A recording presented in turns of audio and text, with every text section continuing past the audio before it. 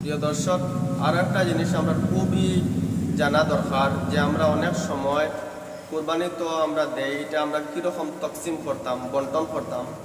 তো কুরবানির যে জন্তু যেটা আমরা কুরবানি আদায় করবো, এটার আপনার গোস্ত যেটা, এটা আমরা 3 ভাগে বিভক্ত করিয়া 1 ভাগ আমরা নিজের লাগি রাখবো, 1 ভাগ আমরা মানে কুটুম যারা আত্মীয় স্বজনের মানে গরিব যারা আসেন, কুটুম আসেন, এরারে আমরা 1 ভাগ বন্টন করবো।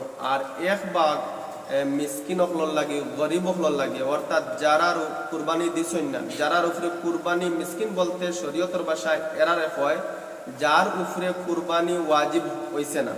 তো এরার লাগে আপনার 1 ভাগ তারার গড়ের মধ্যে পৌঁছাই দিবা।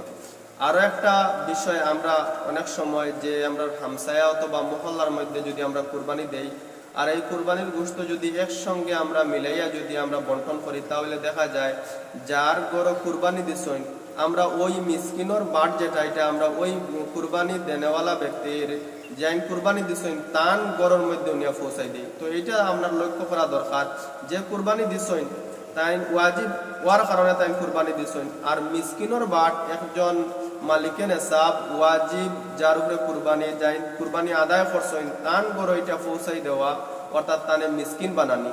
এবং তাই যদি এটা আগ্রহের সাথে লইলাই, তাহলে একদিকে তাই মালিকের নেশাব হইয়া কুরবানি দিতরা, আর একদিকে তাই মিসকিন হইয়া আপনার মিসকিনের বাট যেটা, এটাও আত্মসাৎ করডা।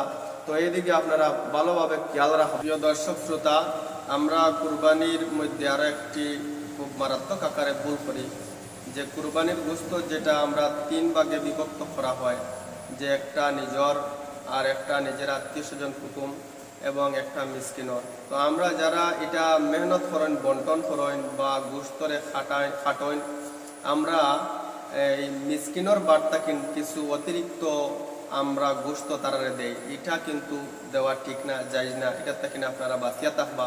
যদি দিতে হয় যে আপনার নিজের বাগর মধ্যে যে গোশত আছে ওইটার থেকে যদি আপনি চাইন তাহলে দিতে পারবা, নতুবা আপনারা পারিশ্রমিক হিসাবে কিছুটা টাকা যদি তারারে দিলেন, তাহলে এটাও সুন্দর একটা ভালো একটা জিনিস, আপনারা টাকা দিলেইবা।